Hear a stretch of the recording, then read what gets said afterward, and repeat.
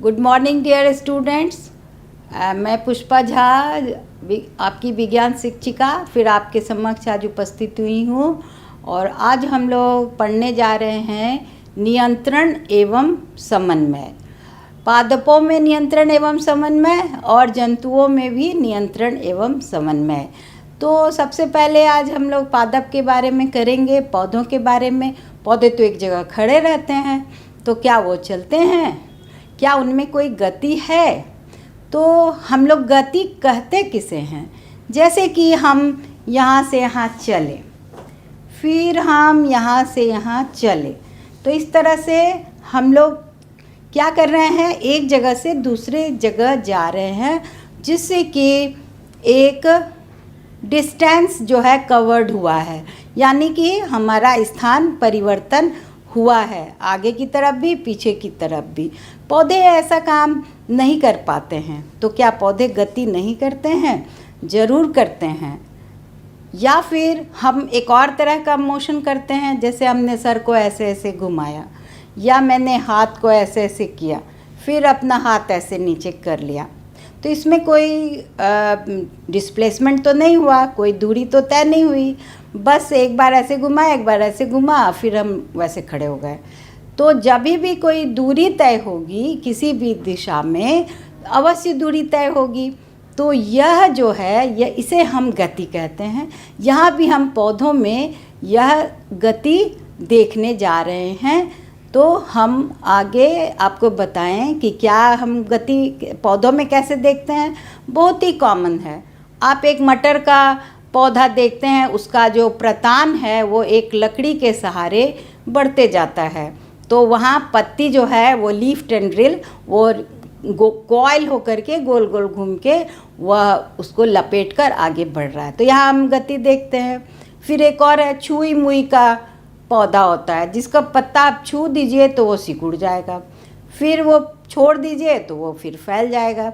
तो क्या इसमें भी गति हुई? इन सारी बातों को अभी हम लोग ध्यान से अच्छे से सीखेंगे कि पौधों में किस तरह से गति होती है और किस तरह से उनके अंदर रासायनिक समन्वय होता है, और अलग अलग डायरेक्शन में या नॉन डायरेक्शनल ये सब जो मूवमेंट्स होते हैं, इसके बारे में आज हम पढ़ने जा रहे हैं। यह उद्दीपनशीलता, इरिटेबिलिटी जिसको कहते हैं, यह पौधे दिखाते हैं। इसे ही हम आज पढ़ने जा रहे हैं। तो आज हम पढ़ने जा रहे हैं पादपों में समन्वय और नियंत्रण। पौधे कैसे अपने सारे स्टेजेस को पार करते हैं, जड़ निकलना, तना निकलना, फिर उसमें पार्श्व ब्रांचेस निकलना, फूल फल निकलना, बीज निकलना, ये सारे क्रिया, बीज का सूखना, ये सब प्रोसेस जो है, इसमें ये किस तरह से होता है, इसे ही हमें सीखना है। अब पौधे का जीवन जो है वो जंतुओं जैसा कठिन नहीं है, वो सरल है। क्यों? क्योंकि उसमें तंत्रिकाओं की जो पूरा एक जाल है, जीवों में उसकी कोई यहाँ आवश्यकता नहीं है। जीव बहुत डिफ़िकल्ट है, उनका सब कुछ सिस्टम, तंत्रिकाएं हैं, अनेक तरह का ब्रेन है, स्पाइनल कॉर्ड है, ये सब आप पढ़ चुके हैं। तो वो सब काफ़ी मुश्किल है, जटिल है। जबकि प्लांट्स में सब कुछ बहुत ही सरल है।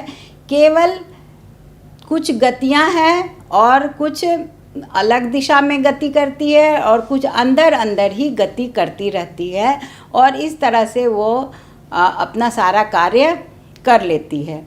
और बाह्य उद्दीपन बहुत ही मैटर करता है। जैसा आपको पता है, प्रकाश संश्लेषण क्रिया प्रकाश की उपस्थिति में ही होगी, वाष्पोत्सर्जन की क्रिया, ये सब आप पढ़ चुके हैं, तो आपको इसकी जानकारी है। तो यहाँ हम केवल सीखेंगे कि बाह्य उद्दीपन, पौधे उसके अनुसार अनुक्रिया करते हैं। जैसा कि मैंने अभी एक उदाहरण दिया कि मटर का पौधा अपना लीफ टेंड्रिल से कैसे एक लकड़ी के सहारे लपेट लपेट कर वो कितना जल्दी जल्दी आगे बढ़ता जाता है, उसमें वृद्धि होती जाती है।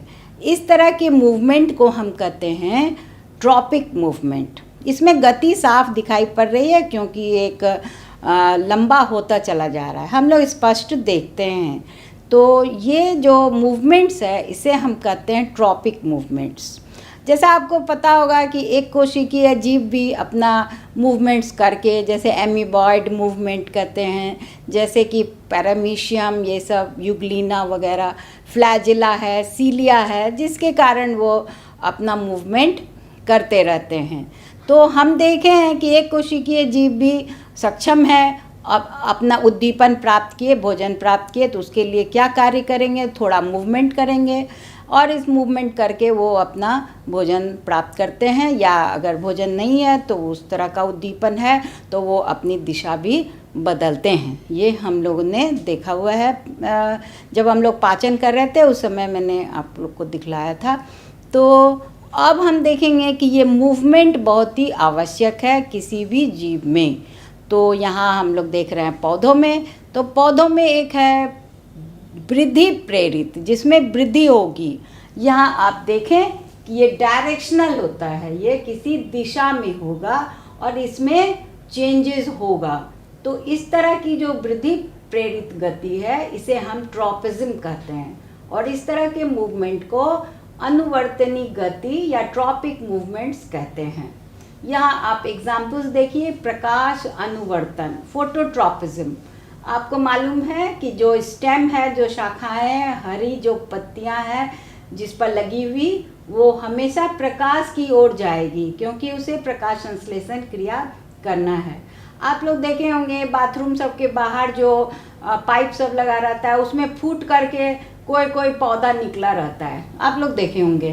तो यह एक्सपेरिमेंट आप अपने घर में भी कर सकते हैं, और इसमें पेड़, छोटा सा पौधा गमला में लेकर उसको प्रकाश की तरफ एक बंद कमरे में हल्का सा रोशनी खिड़की से आ रहा है उस तरफ आप उसको रख देंगे, तो आप देखेंगे कि कुछ दिन बाद वो टेढ़ा होकर वो उसके बाहर निकल गया। यह प्रकाश अनुवर्तन कहलाता है, यानी कि प्रकाश के कारण जिस दिशा से प्रकाश आ रही है उसी दिशा में वो पौधा बढ़ने लगता है। इसका हम लोग बहुत ही एग्जाम्पल्स देखते हैं। इसके बाद है दूसरा आपका गुरुत्वानुवर्तन, जियोट्रॉपिज्म। आपको मालूम है कि सभी जो जड़ है, जड़ हमेशा मिट्टी की तरफ, ग्रेविटी की तरफ, नीचे की तरफ चलती है और ये बढ़ती जाती है। तो इस तरह की जो अनुवर्तन है इसे हम कहते हैं जियोट्रॉपिज्म। तो कोई भी जड़ जो है वो हमेशा ग्रेविटी की ओर ही जाएगी, जमीन की ओर ही जाएगी, और जबकि जो तना है वो हमेशा प्रकाश की ओर ही जाता है। ये हम लोग एकदम आराम से अपने आसपास देख सकते हैं। इसके बाद तीसरा है रासायनिक अनुवर्तन। रासायनिक अनुवर्तन है केमोट्रॉपिज्म। इसका भी एक बड़ा सुंदर उदाहरण है कि रासायनिक क्रियाएं होती रहती हैं। जैसे परागकण जब अब परागन क्रिया के बाद अब वो निषेचन करेगा तो उस समय वो पॉलन ट्यूब एक निकालता है और वह ओव्यूल के पास पहुंचने की कोशिश करता है। तो इस तरह की जो अनुवर्तन है इसे हम रासायनिक अनुवर्तन कहते हैं। इसके बाद देखिए चौथा जलानुवर्तन, हाइड्रोट्रॉपिज्म। ये क्या है? आपको मालूम है कि जड़ जो है वो हमेशा जल के खोज में, पानी की खोज में बढ़ता रहता है। तो ज़मीन में आप देखेंगे जब आप जड़ को उखाड़ेंगे तो धीमे धीमे उखाड़िए, नहीं तो वो टूट जाएगा। धीरे धीरे उखाड़ेंगे तो आप देखेंगे वो कहाँ तक पहुँचा हुआ है। और वो क्यों वहाँ तक पहुँचा है? क्योंकि उसने पानी की खोज की है, और जहाँ जहाँ उसको पानी मिला है वहाँ वह वो जलानुवर्तन करेगा, यानी पानी से उसको दोस्ती है और पानी के पास पहुँचने के लिए वो बढ़ते जाता है। तो इस तरह से ये सब गति करती है। फिर आपको मैंने मटर वाला बहुत ही सुंदर एग्जाम्पल दिया, स्पर्श अनुवर्तन, यानी कि जो लीफ टेंड्रिल्स हैं वो कॉइल होकर मटर का वो लकड़ी में लपेटते चले जाएंगे और इस तरह से वो बढ़ते चले जाएंगे। अगर आप नहीं दीजिएगा, वो लकड़ी लगाइएगा, तो फिर वो नहीं बढ़ पाएगा, उसे उतना मिलेगा नहीं सहारा, और सहारा वो खोजते हैं। तो इस तरह से स्पर्श, इसे हम कहते हैं स्पर्श अनुवर्तन, यानी कि थिग्मोट्रॉपिज्म। यहाँ मैंने और नहीं लिखा, और ऐसे हीट से भी यूग्लिना वगैरह है, कुछ ऐसे एक कोशिकीय जीव हैं जो तापमान के अनुसार ही भी कार्य करते हैं। तो यह भी एक थर्मोट्रॉपिज्म भी होता है। तो यहाँ आपने सब में देखा गति, और बाहर से उन्हें उद्दीपन मिला और उस उद्दीपन के अनुसार उन्होंने अपना मूवमेंट किया एक दिशा में, और यह दिशिक डायरेक्शनल वृद्धि प्रेरित गति है। इसे हम कहते हैं ट्रॉपिज्म या ट्रॉपिक मूवमेंट। अब आप दूसरे में आइए।